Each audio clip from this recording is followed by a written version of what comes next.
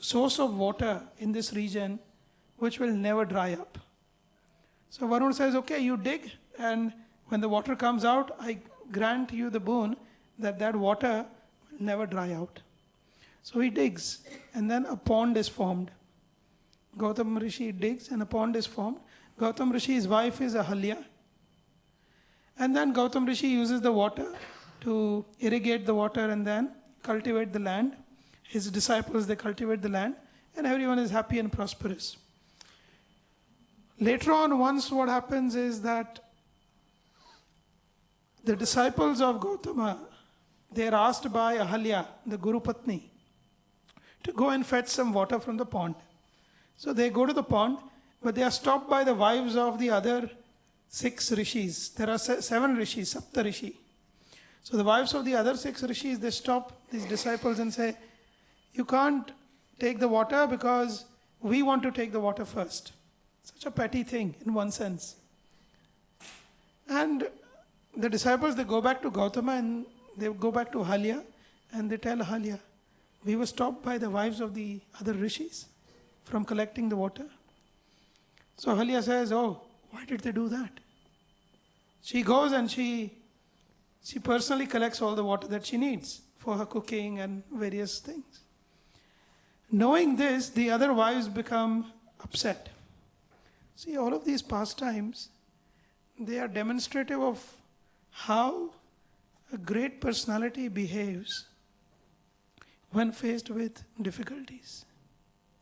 So we'll see what happens next.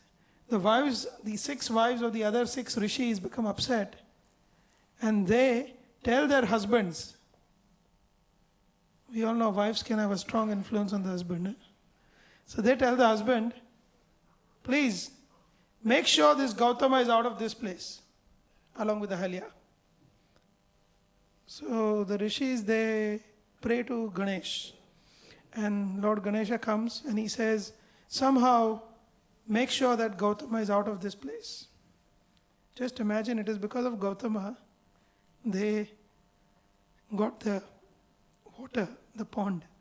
So Ganesha says, don't do this. It's because of him that you have gained and you want him out. It's not right. But the rishis persist. No. We have to listen to our wives. We want this Gautama and his wife to be out of here. So Ganesha pretends to be a cow. And he grazes near the ashram of Gautama. And Gautama, just to shoo away the cow, he plucks some darbha grass and he throws the grass. Now if you throw some grass on someone, the person is not going to even feel anything. But in this case, when he throws the grass, the cow falls dead. It is actually Ganesha, but he pretends to die. Immediately the other rishis, they say, oh, you have now got the sin of Gohatya. You've killed a cow. You cannot remain here anymore. You have to go and atone. So you and your wife have to leave. He's a Vaishnava. But he doesn't revolt. He says, okay, I will leave. So he leaves. He does the pradakshina of Brahmagiri. He goes around Brahmagiri many times. He worships Lord Shiva. It's a long pastime. Ultimately, Lord Shiva is happy with him. He appears in front of him and he tells Gautama, Gautama, actually you are sinless. Actually, that cow was not a cow, it was Ganesha. You cannot commit a sin. You are completely sinless. So, don't worry, you go back. Go back to where you were and you enjoy living in the company of the other rishis. But Gautama says, although I have not committed a sin physically, mentally I am carrying the burden of having committed that sin. And hence I still need to redeem myself. You see, when we have offended someone or done something wrong, even if later on we find out, oh, actually it wasn't our mistake. Vaishnava culture is, we should still atone ourselves. We should still think, how can we correct ourselves? So here Gautama, he's saying, oh, I still need to be redeemed. Although I did not actually kill a cow, but I'm carrying that thought. So Lord Shiva says, fine, I will personally order Ganga, who is originating from my jata. Now, how did Ganga happen to fall on Lord Shiva's, how do you call jata? In English? His head, hair locks, his locks. How did Ganga reach there? So you know Vaman Dev, when he became Trivikrama, the third step pierced the top shell of the universe. And the water of Kshirosagar, the Milky Ocean, the water started dripping inside the universe. And that water that was dripping inside, this is given in the 5th canto, that water is the water of Ganga. So the Ganga water is non-different from the water of the Milky Ocean. And that water came down with such a force, because the shell was cracked and the water is coming down. Somebody had to tie that water and control that. And so Lord Shiva used his jata to bind that water. That's why he uses his hair locks to bind Ganga. So Lord Shiva said, I will order Ganga to come here, Gautama, and flow here. So Gautama says, that will be very nice. So he orders Ganga. Ganga comes, but Ganga says, I cannot come if you are not there, my Lord, to Lord Shiva. So Lord Shiva also appears as Triambakeshwar. Triambaka. Tri means three, Ambaka means eyes. One who has 3 eyes. Lord Shiva has 3 eyes. So Triambakeshwar. So that is in Nashik. And there, from there, the river Godavari, which is non-different from Ganga, starts. So this river Godavari then continues and it meets the Bay of Bengal in 7 streams. And these were the 7 streams that Gautama prayed to Ganga, to Godavari, that please reach the homes of these rishis, 6 rishis as well. So, the same 6 rishis who actually accused him wrongly as a Vaishnava, Gautam prayed for them and made sure that Ganga was flowing by their homes as well. So this is Sapta Godavari, the 7 streams of Godavari. This is the pastime, very short synopsis of the pastime of Sapta Godavari. Mahaprabhu on his travel, he went along the banks of Godavari. You see all the ancient routes in the world, not just India, all over the world, and all the big settlements, they were all along the river bank. You see, even the Romans, when they came to Britain, they found this place, Londonium, which is London, along the bank of the river Thames. Which, by the way, if you go to the South Bank Walk, there's a placard there which says, the Romans built this settlement because it was close to the river, and the river was source of so many things, transport, food, etc. And also this river was named by them as Thames, which probably comes from the Sanskrit word tamas, which means black. So we are a city on the banks of the Tamas river, the Thames river. So all the ancient civilizations, they are all along the rivers. And Mahaprabhu went and met so many wonderful individuals as he traveled along the bank of Godavari. Just like when I was in, let's say, Govardhan, I met one bull who has been doing Govardhan Parikrama every day since people know. People go and touch the feet of that bull. And he doesn't bother. He's a bull, he's very big, huge, scary looking, big horns. But he's just walking in his own pace on the path, doing parikrama. People go and pay obeisances to him. I met another devotee, his son is born in Vrindavan. I can't remember the name of the child now. But the child is 16 months old. And he's just learned to walk for the last 3-4 months. And holding the hand of his father, he does Govardhan Parikrama with his father. He has done 4 parikramas already, 21 miles. It's 21 kilometers, not miles. 21 kilometers. I mean, I did, on Govardhan Puja Day, I did the Govardhan Parikrama. Millions of people, so busy. And that's when we met this boy. And he was very gladly doing it. And he said, yeah, he will do it in 12 hours, he'll walk and he'll finish the parikrama. He's born in Vrindavan, that boy. So definitely not from this birth. He says he's very excited to do Govardhan Parikrama. Some great souls you meet.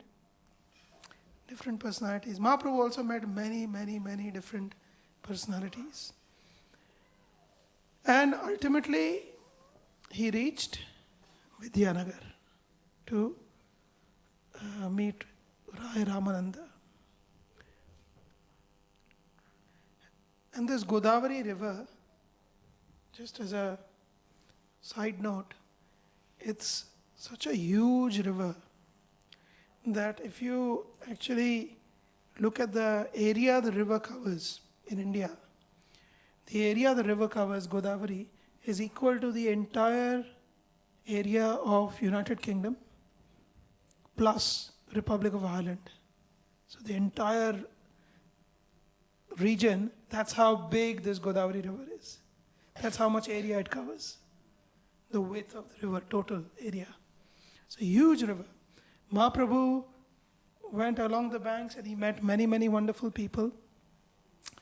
And ultimately, he had 5 purposes to achieve. Few were external, few were internal. So please tell me, what are the purposes that Mahaprabhu had when he ventured out on this journey to South India? It's all given in, everything is given in the Caitanya-Caritāmṛta. All the 5 purposes are given, yes. Excellent. To look for scriptures. Which are the scriptures he found? Brahma Samhita, chapter 5. Now some people say this Brahma Samhita is your Gaudiya text, and it is not, it's somebody in Gaudiya invented it. It's not a bona fide scripture. Simple answer to them is that they are ignorant. Because the Brahma Samhita is referred to in the Vedanta Sutra commentary of Madhvacharya, who appeared in 1126. Mahaprabhu appeared in 1400s. But in 1126, almost 1,000 years ago, Vedanta Sutra commentary, Madhvacharya refers to these verses, some of these verses. So Brahma Samhita is not some new text. Yeah, Brahma Samhita was one that was discovered. Another one which was discovered was? Krishna-Karṇāmṛta. Where did he find Krishna-Karṇāmṛta? In Pandharpur, in Maharashtra. And Krishna-Karṇāmṛta is written by whom? Bilva Mangal Thakur. And for the rest of his manifest pastime, Mahaprabhu would read Krishna-Karṇāmṛta every single day. I think one of the recent classes I spoke from Krishna-Karṇāmṛta, a few verses. So this is one reason. Discovering texts. Second reason, delivering the conditioned soul. So Mahaprabhu met Buddhists, Jains, he met Tattvavadis, he met devotees of Sri Sampradaya, he met so many different varieties of people. And he transformed their hearts. That's number 2. Number 3? Very good. He wanted to look for his brother, search out for his brother Vishwarup. Vishwarup was much older and had left with the sannyasi. Mahaprabhu knew that Vishwarup was no more in this world, but it was one of the pretexts for him to leave Jagannath Puri. 3 reasons. 4th reason? Jai, to meet and to actually connect with great devotees. Gopal Bhatta Goswami was also someone he met during the South India Yatra. And who is Gopal Bhatta Goswami's uncle? The great personality? Venkata Bhatta? No. One particular personality I'm thinking of. He wrote Radha Sudhanidhi. Very, very well-known personality. Prabodhananda Saraswati. Great personality. So some great personalities, of course Ramananda Rai. He wanted to bring these personalities to Gaudadesh or to Vrindavan. So he did this. This is number 4. Fifth reason.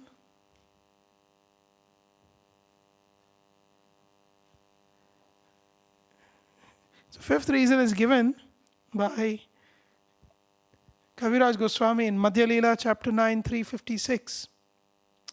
He says, Prabhu ko hai eto tirtha koilu paryatana toma shama vaishnava na dekhilu eko jana. Mahaprabhu, when he reaches, he goes and meets Ramananda Rai in Vidyanagar. And he tells Ramananda Rai, please come and join with me to Jagannath Puri.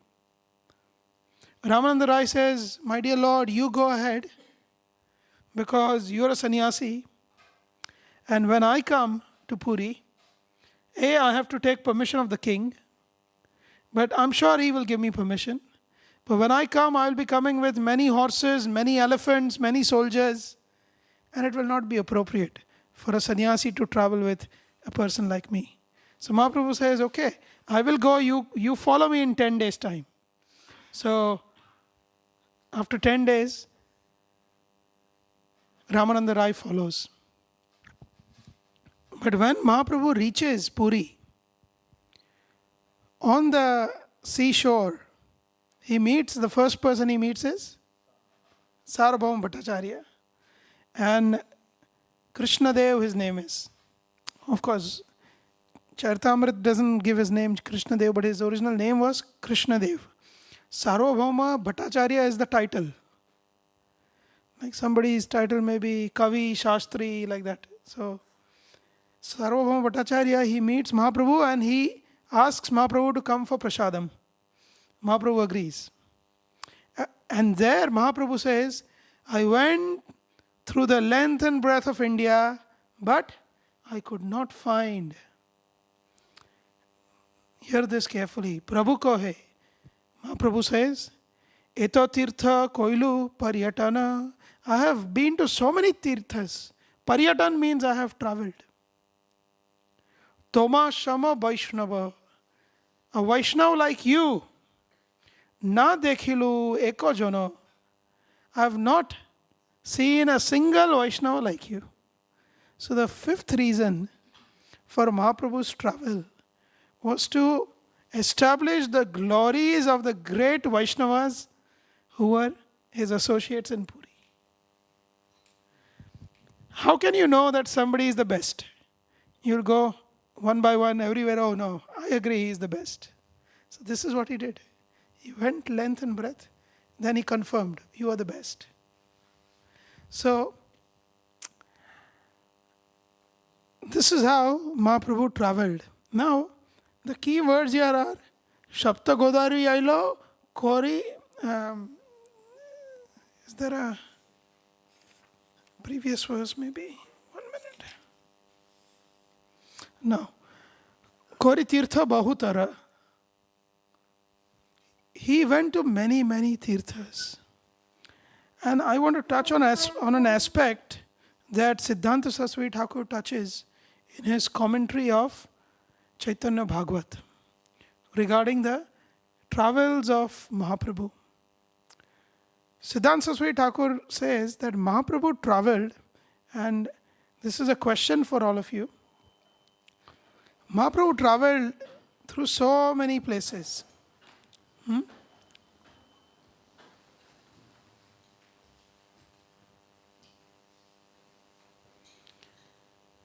Mahaprabhu traveled through so many places and he visited several temples, hundreds of temples. Now, if you try to understand what these temples were, you'll be amazed to see that he visited Ganesh temple. It's all mentioned in Caitanya-Caritāmṛta. He went to Durga Devi temple. He went to so many Lord Shiva temples. He went to Nrsimhadev temples. He went to Ramchandra's temple. He went to Lakshminarayan's temple. He also went to Lord Vishnu's temple. He went to Krishna temple. So it seems that he went to all of these different tirthas, including the temples of the different demigods. So the question is, we as Vaishnavas, should we be visiting these temples also or not?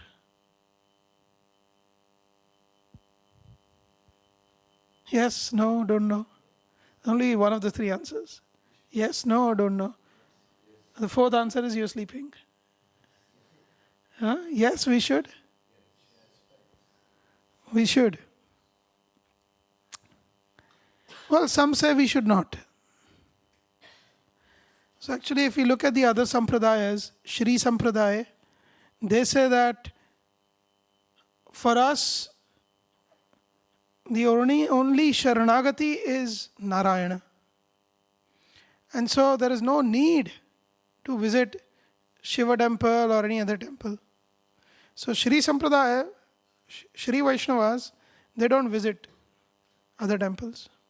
Same Madhvites also. Madhvites, they don't visit. What about the followers of Pushti Marg, which is Vallabha Sampradaya? They have a principle called Anyashraya. They say that if you visit other deities, then you are taking ashraya of someone other than, ashraya means shelter, of somebody other than Krishna. So you should only take Krishna ashraya, not Anyashraya. And so they will also not visit. They will not even accept any prasad from those temples, etc. So these are all good principles. We are not saying that there is something wrong with them. But this is their position. Nimbarka Sampradaya is different. They consider everyone to be an extension of Radha and Krishna. So they are okay to visit. Now, in the purport of 9th chapter, verse 360, Prabhupada says, everyone should follow in the footsteps of Sri Chaitanya Mahaprabhu and visit all temples. He says like this. Prabhupada is saying. But then the question is, does that mean we should worship all the deities, demigods? What should be the understanding? I think there is some very interesting question that is arising. See, recently I was not feeling very well. There were some health issues, and one devotee said, Prabhu, you wear this crystal and your health will improve. So the question is, do we accept such upayas? Upaya means solutions. Or do we say, no, just Krishna, Harinam, Vaishnavas are the only solution? What do you think? Huh? Accept. It's like saying that it is going to rain. Should I, if I'm going outside and David tells me, Prabhu, it's going to rain, take the umbrella. Should I take the umbrella or should I just say, I'm dependent on Krishna? Take the umbrella, okay. Maybe this is becoming a little more real. Yeah. But can the umbrella save us? This is the real question. Can the umbrella save us from the rain? Well, if you're meant to be drenched, the umbrella will blow away and you'll be drenched. Ultimately, one's surrender has to be towards Krishna. And anything that we accept has to be accepted with the view that this may or may not work. Listen carefully. May or may not work. But I accept it. Like carrying an umbrella may or may not protect me. But I just accept it. Ultimately, Krishna is in control. I think if it is when we put our faith in the other things, when we divide our faith, then we are not acting in pure Krishna consciousness. I'm going to go a little deeper and explain a very, very fine Siddhanta, which is explained by Baldev Vidyabhushan in Govinda Bhashya, which is his commentary on Vedanta Sutra. And Baldev Vidyabhushan is also explaining this in Gita Bhushana, which is his commentary to Bhagavad Gita. So understand this, all devotees, Baldev Vidyabhushan says, everyone sitting in this room falls in one of the three categories. They are either a Sanishtha Bhakta. Sanishtha means their faith is, they are preparing to have 100% faith in Krishna. They don't have 100% faith in Krishna yet. They don't have 100% surrender to Krishna yet. They are preparing. They are Sanishtha. So these devotees are Karma Mishra Bhaktas, Jnana Mishra Bhaktas, Yoga Mishra Bhaktas. So they perform Mishra Bhakti. What does it mean? They are coming to temple, they will worship Krishna. They may even sing kirtan, give class. They may even do services. They may even take leadership position in services. But when they go home, they have a deity of Krishna. Next to Krishna, they also have a deity of Lord Shiva. Then have Ganesh also. And they have faith in Ganesh, Shiva, everyone. This is Sanishtha. They are performing Mishra Bhakti, not pure Bhakti.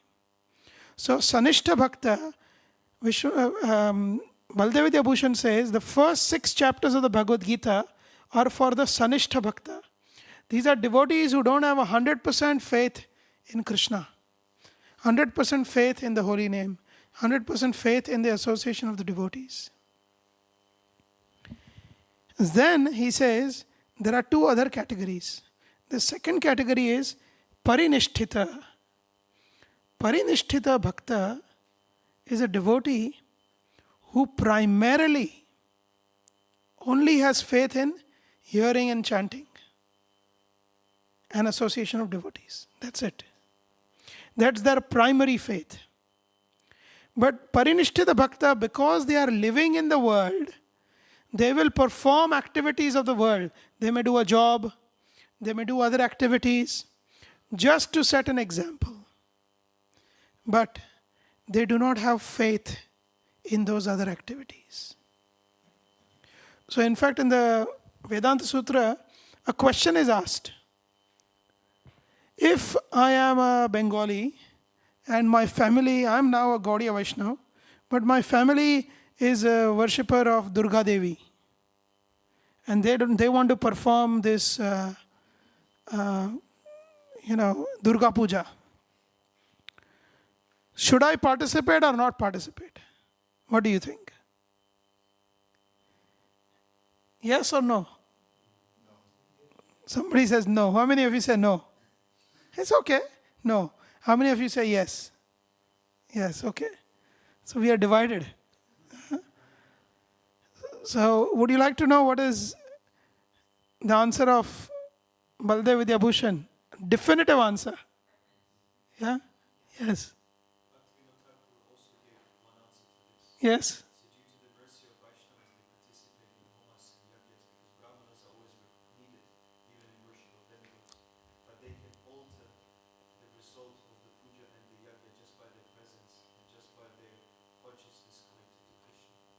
So by Vaishnava's presence, they can alter to some degree the outcomes of the pujas.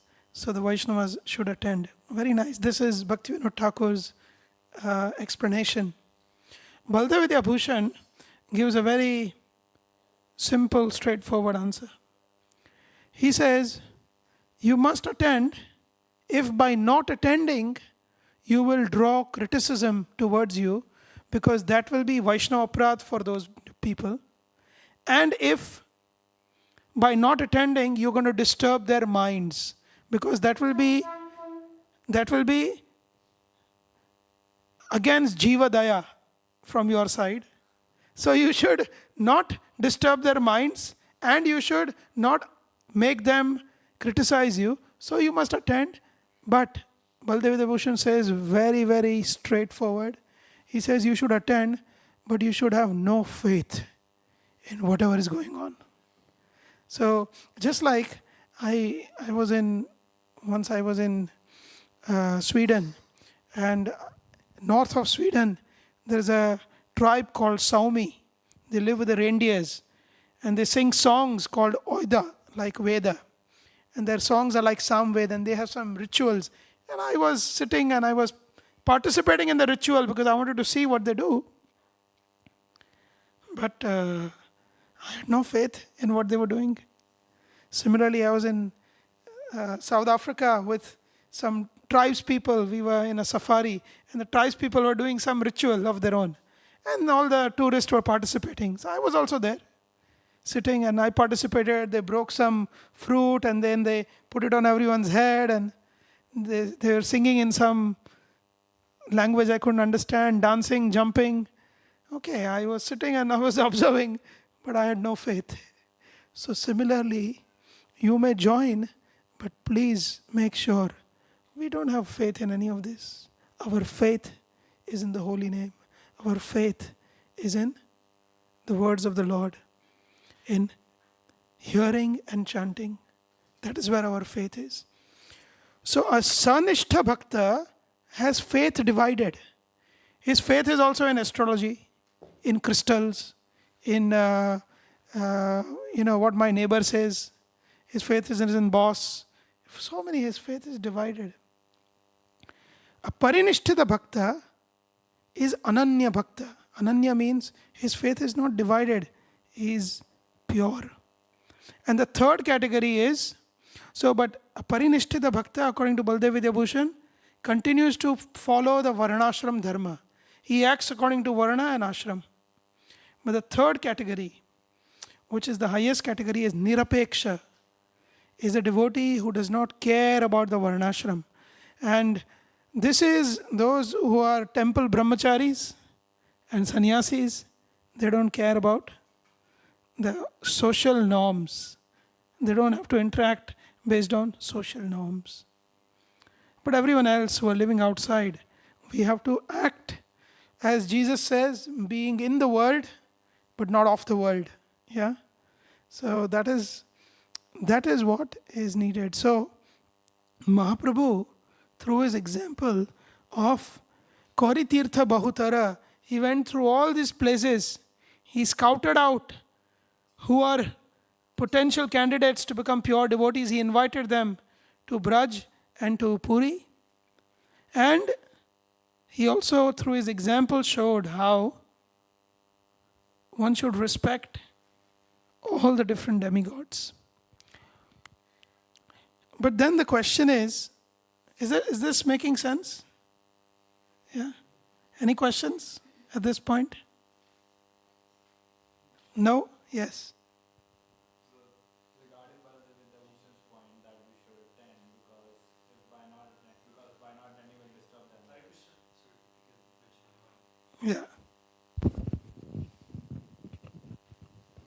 So regarding Baldev Vidyabhushan's point about we should attend because by not attending will disturb their mind, so it's a form of Jividaya. So there are so many activities which we as devotees should not do or do not do, and which might be disturbing to others. Simple example can be we might have an invitation to a party.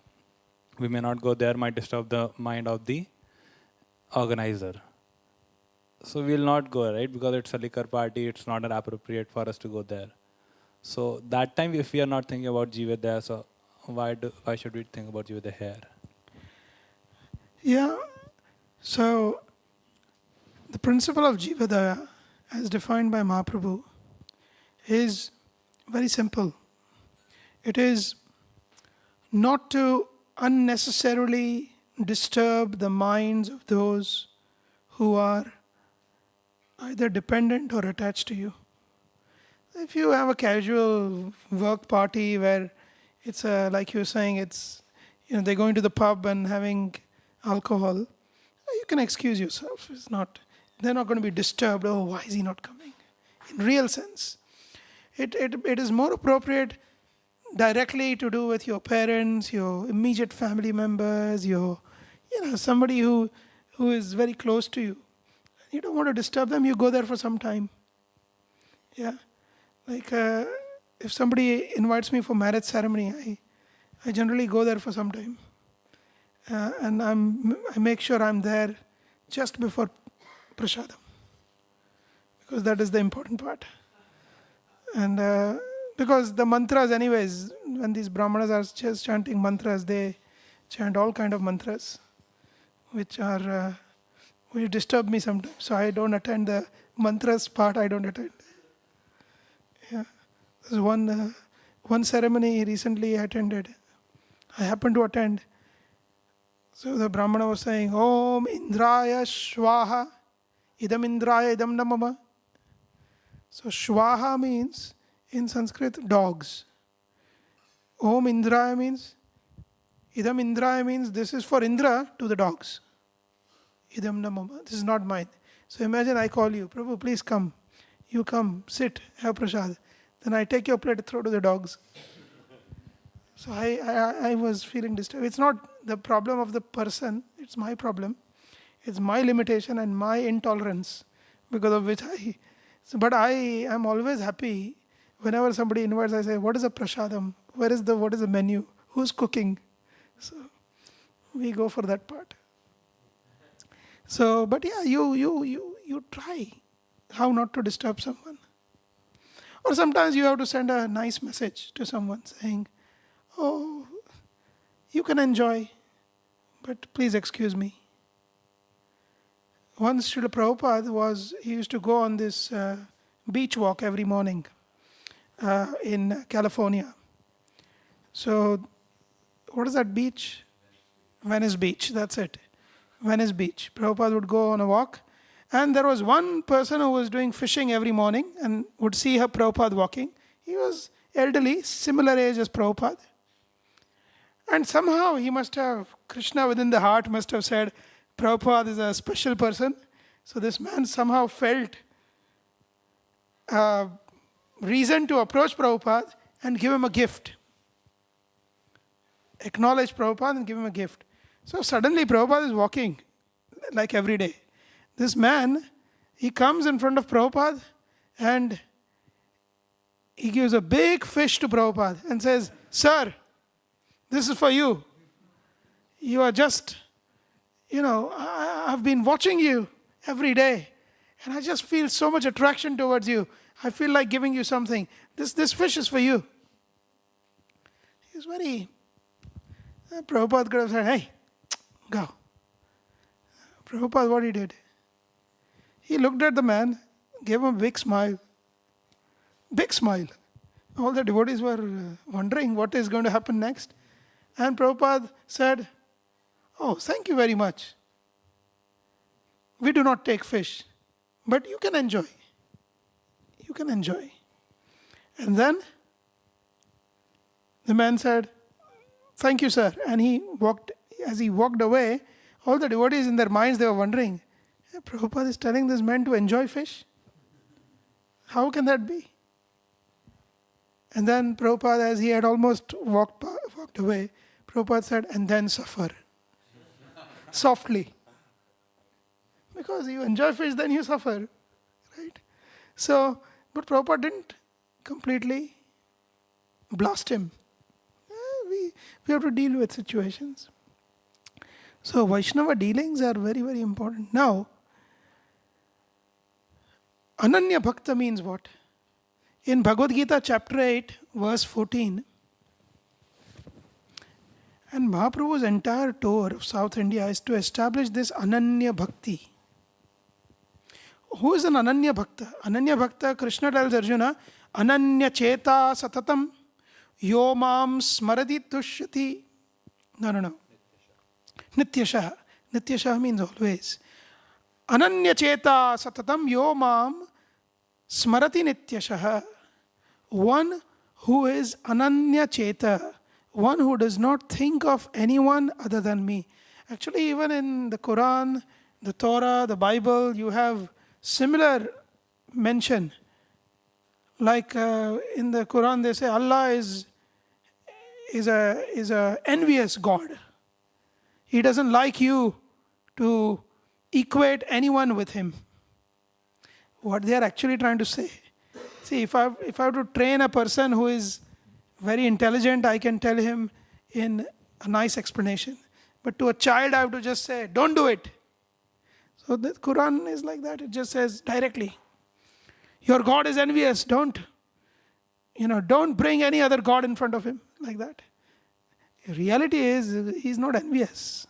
God is not envious, but don't divide your faith is what is meant. Even in Bhagavad Gita, here Krishna says, Ananya Cheta Satatam Yomam Smarati Nityashaha. One who has Ananya Cheta, one who has undivided faith, that person, Tasyaham Sulabha Partha, one who has undivided faith in me alone, for that person, I am very, very easy to be achieved. Nitya Yuktasya Yoginaha. Because that person is Nitya Yukta. He is always connected to me. So one's faith has to be the highest commodity that we have. We should not divide that. Have faith in the service that you are doing. No matter what happens, no matter who creates trouble, have faith in the service that you are doing. Have faith in the association of devotees and have faith in the holy name and the katha of the Lord. These are the only things that help us to go across this material world. So, it's not the externals, but it's the internal of who we are. The world, see, this is very nice. I heard recently, those who are in bodily consciousness will see the world around as bodies. Those who are on the mental platform will see people and analyze people according to their mental levels.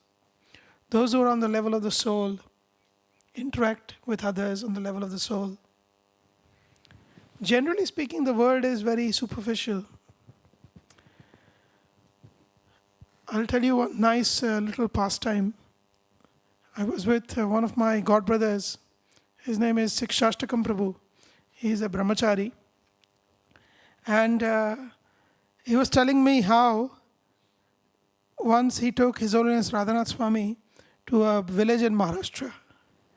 And these villagers, they are very simple people. They don't know much philosophy, but they do know that the fastest way to offload one's karma is to touch the feet of a sadhu.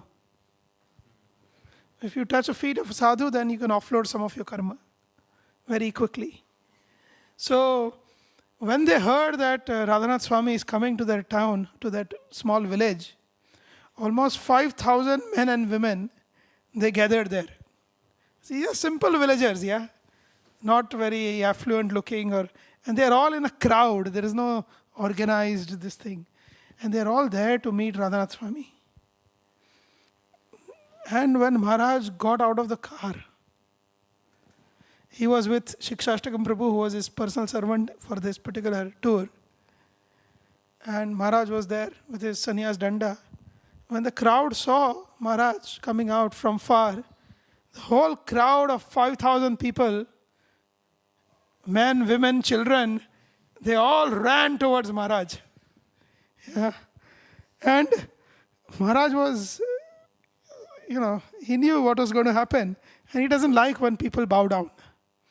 He doesn't like even if he's walking and people come and bow down in front of him on the floor. He feels very uncomfortable. So, so these 5,000 people came running, and Shikshashtakam Prabhu was wondering, what do I do? What's going to happen next? And Maharaj very coolly understanding that in this world, if somebody is in saffron, somebody is with a danda, they are sannyasi, this is always a higher level. They think that this person is senior. So Maharaj very calmly, he was holding his danda, he gave his danda to Shikshashtakam Prabhu. And he very calmly moved on the side. And all the 5,000 people, they came and they attacked Shikshashtakam Prabhu and fell at his feet and taking his... And Shikshashtakam Prabhu was saying, I'm left here with the danda. He was raising his danda because he thought they will break the danda. So he was raising his danda. And those people thought, oh, he's showing that he's here. Even more people came. And Maharaj very calmly stepped over on the side and he went away. And he went on the stage because Maharaj was supposed to give the class. He went and he sat on the stage while the entire crowd was going to Shikshashtakam Prabhu, who was trying to save the danda. This is how people are in the world. They only go by external. Oh, you are saffron, you are sannyasi, you are this, you are temple president, you are service authority. Hey, when we are face to face with Krishna, none of us will have any qualification other than the love that we have for the Lord.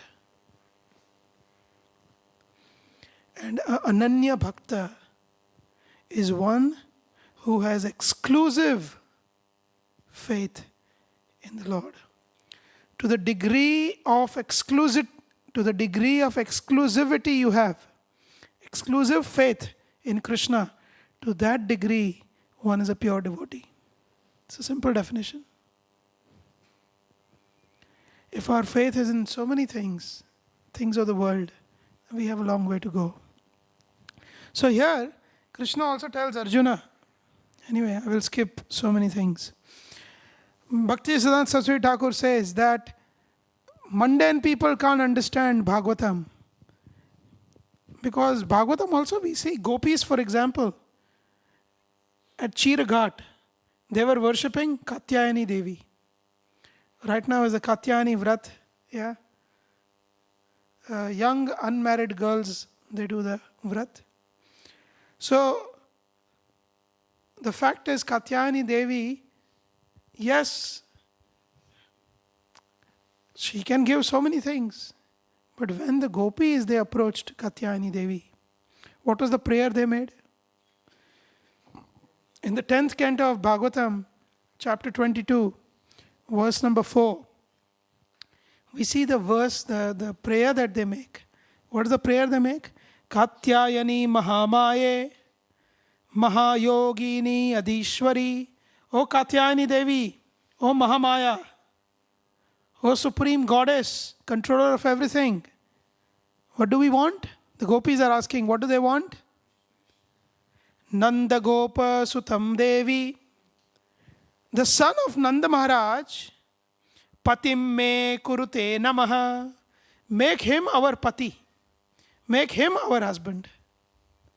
So even when they are approaching Katyayani Devi, they are not asking for mundane boons, they are asking for Krishna as their husband. So Siddhanta Saraswati Thakur says that devotees can go to, actually in the 1960s, once somebody told devotees that you are struggling with funds because you don't have Ganesha, you don't worship Ganesha.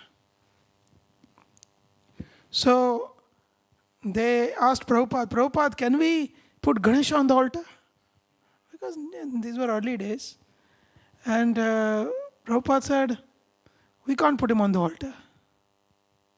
But you can worship him separately. And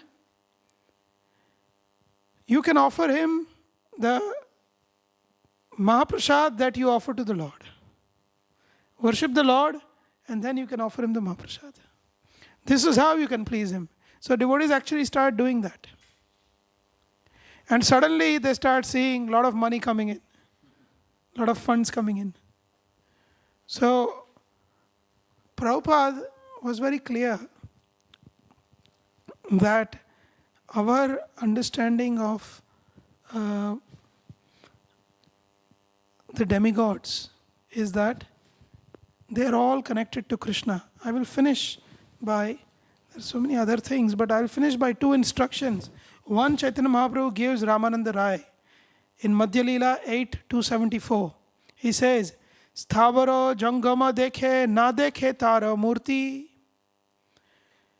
Oh Ramananda Rai, you are such a pure person that when you see anything moving or non-moving, Sthavara jangama. Sthavara jangama dekhe na dekhe tara murti. You don't see the moving and non-moving objects as objects. What do you see? Sharbatra hoya nija ishtadeva spurti. Everywhere you see Krishna. In every object you are seeing Krishna. Like the gopis, chapter 35, 10th canto, when they were looking at everything, the Vraj, the forest, they were seeing Krishna in everything. So the difference between a pure devotee and those who are not pure is that a pure devotee sees Krishna everywhere and in everything. That is the only difference. In every situation and in every object. And finally, Mahaprabhu is again telling Ramananda Rai, Radha Krishna tomar mahaprema hoya, jaha taha Radha Krishna tomare spuraya. Because you have such love for Radha and Krishna, everywhere we look, you see nothing but an instance of love of Radha Krishna. This is a very high platform. You see, that is why we have to ultimately come from the level of Sanishtha, where our faith is divided in so many things, to Parinishtita, where our faith is completely 100% aligned to Krishna, to the devotees. Otherwise, we may be speaking nice class, giving nice kirtan, singing a nice kirtan. But if in our heart we have attachments and faith in football, in earning money, in enjoying our life by going to many places, eating nice foodstuffs, then that kirtan, that katha will not generate the love that it should generate. Because that kirtan katha is tinged with these different attachments and different faith that we have. That is why when some pure devotees, they speak, Prabhupada speaks. I was speaking to Jananivas Prabhu recently when he had visited. And I asked him, Prabhu, when you spoke to Prabhupada initially, what did you speak? He said, no, I didn't speak much. And I said, oh, why did you not speak much? He said, I could not understand much of what he was saying. I could not follow his accent. But I knew he was a Vaikuntha man. And what he was saying was the absolute truth. Whereas somebody may speak in very nice, eloquent words, may do wonderful kirtan, but will not generate anything, because whatever we do externally is a reflection of who and what we are internally. And so Mahaprabhu, through his travels, established what Ananya Bhakti is. And he established the glories of the devotees, the Ananya Bhaktas who were in Puri and in Vraj. So I'll stop here, take a few questions if there are any questions, comments, or corrections. And then, yes. Prabhu? Do we need a mic?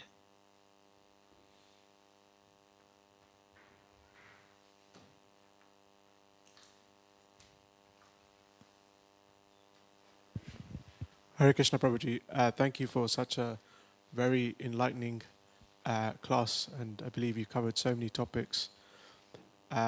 Something that you were talking about was faith, and so it's a two-part question. And my understanding is that when we are talking about faith, the understanding is that we are anandamaya bhyasat, and that we are looking for happiness, and that which we believe will bring us happiness is where we place our faith.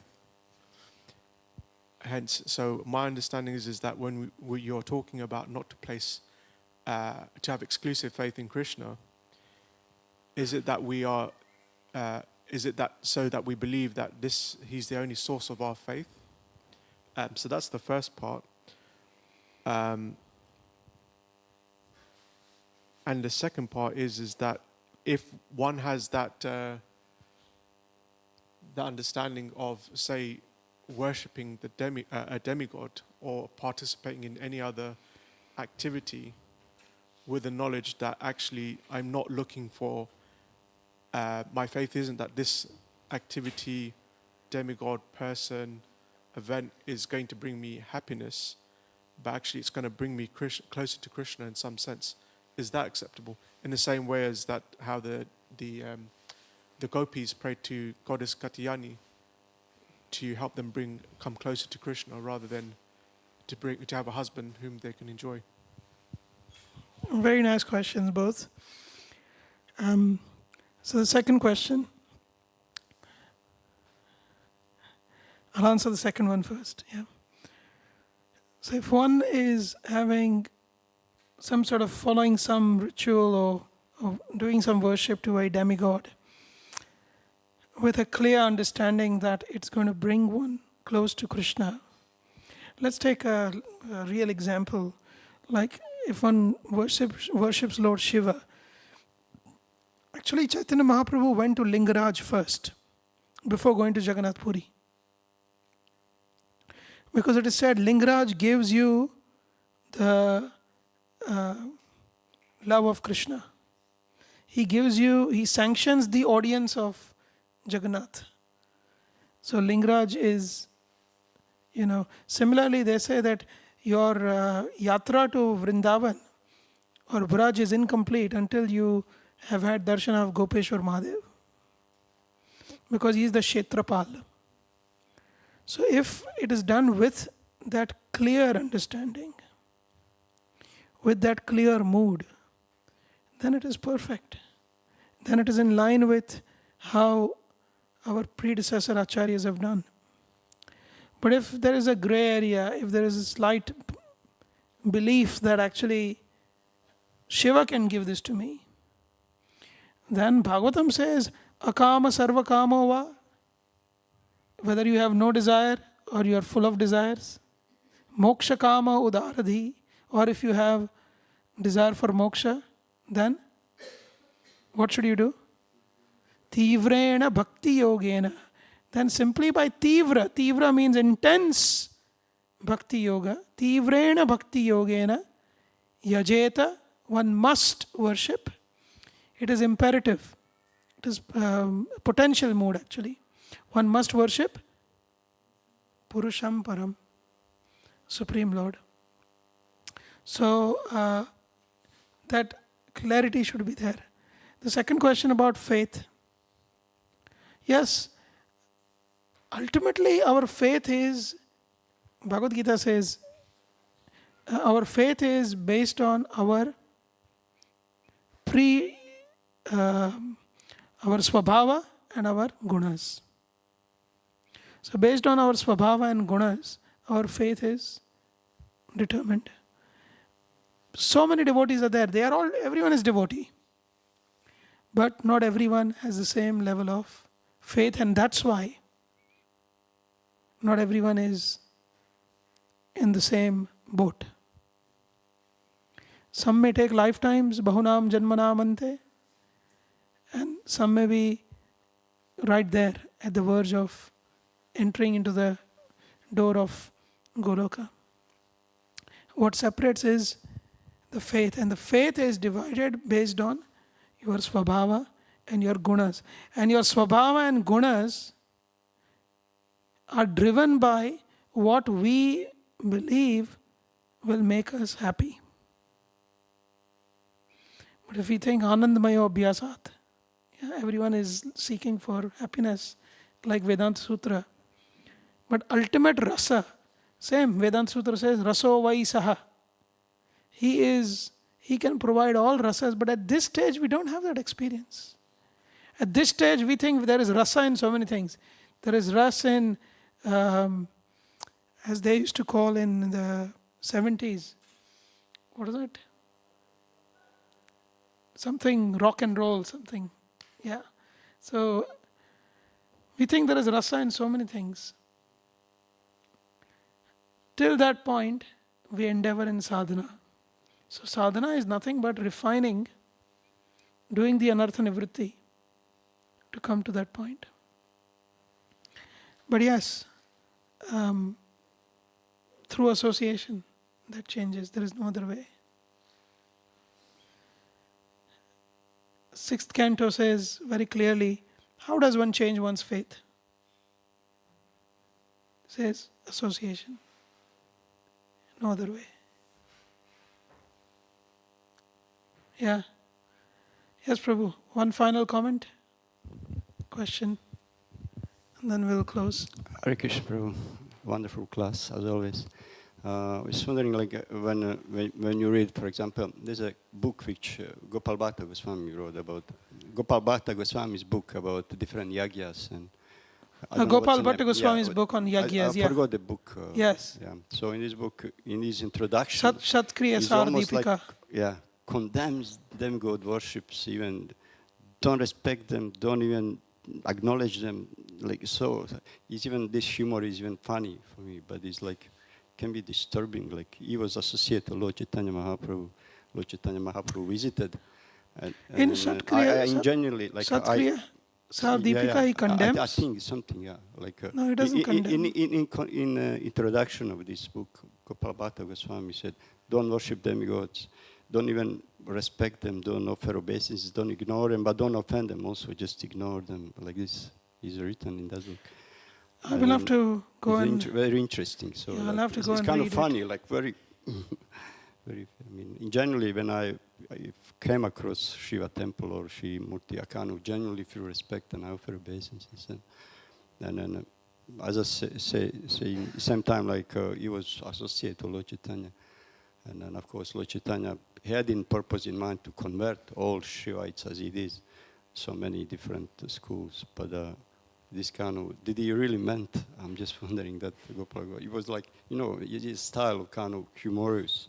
Don't even. I don't know if for sure if that is the case. In Satkriya Deepika, I have not come across him condemning the demigods. In fact, he's not kind of condemn, but just kind of ignore him completely. Even Shiva, even you know, you read that.